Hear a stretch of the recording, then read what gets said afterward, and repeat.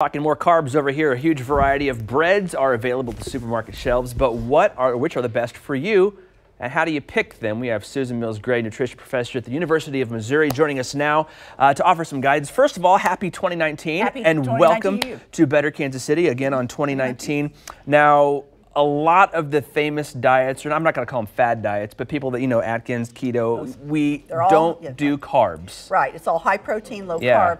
And the message that we really want to tell you, and for those of us who are in the dietetics world, and that is you don't cut out whole grain products. In fact, the current dietary guidelines say that over half of your grains need to be whole grain. And that's because the fiber we find in these products and the B vitamins, we really can't get in other food products. You can't get them anywhere else. So kind of detail a little bit, like what bread should we be looking for? When I go to when I was a kid, I'll just tell you a quick story. You know, I would only eat, you know, white bread, and I wanted like Iron Kids bread or whatever it was, you know, and that was what I would eat. That's my husband's favorite too. Oh, is it? Okay.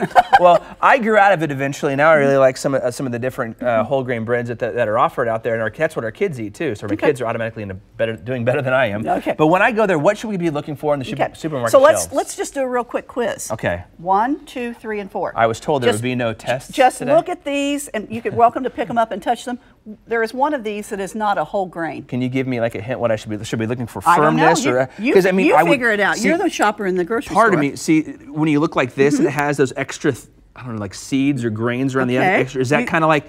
I feel like that's a sneaky way of adding fiber. Maybe thinking that you are. Okay. And the same thing over on this one. But should I be looking for more of a denser bread? Because this one's a little more firm than this one. What do you think? I'm going to say either this one or this one. This is the one bread that does not have whole grain in it. Okay, so I picked that one, so I didn't get that one. A lot of people had poppy seeds though, right? Yeah, they think that if there's little seeds up here on the top, or if it's really thick and dense, or if it has these little parcels of maybe little pieces of seeds in it, that it's the healthiest. In reality, there's only one way to know if you're eating a whole grain bread. That you're looking for the term whole wheat, and you have to read the ingredient list. I have to go to the shopping center and read? So on this package, which is the non-whole wheat one, which it looks like all of these, doesn't it? And you didn't pick the correct one. So you said, you were trying to pick the whole wheat? You told me I was supposed to pick the one that I would get. Well, now we're not. I thought I said it, but you know, I could be wrong. We are on live television. Yeah. So this is this was the correct answer because I wanted you to pick the non-whole wheat, but that's fine. Well, I didn't pick that one. All three of these are whole wheat. Okay. And so you've got to read that very first word has to say whole. W-H-O-L-E. And where do you look at here? Ingredients. In the ingredient list? You have to read the ingredients list. So ignore everything you see on the front of this. So this says multigrain, 12 grain, but this one also says multigrain. So if you just looked at this, you'd think, wow, this is probably a whole grain product. It is not. Oh, this is just marketing. That's marketing. On the actual you have to read the ingredients label. And real quickly, I just want to give everyone a real quick visual. A whole grain has 3 components. The outside, which would be represented by this gray, which is the bran. That's where all the fiber is. The black represents what we call the endosperm. That's all you get when you eat a refined grain. And the center, this white, is the germ, and the germ is where all the vitamins are. So when they make refined grains, they remove this section and they remove this section, and they make it all out of what's left. And there's no fiber, so you don't get the and there's no nutrients. Well, why do they do that? Because for a long time it was very popular.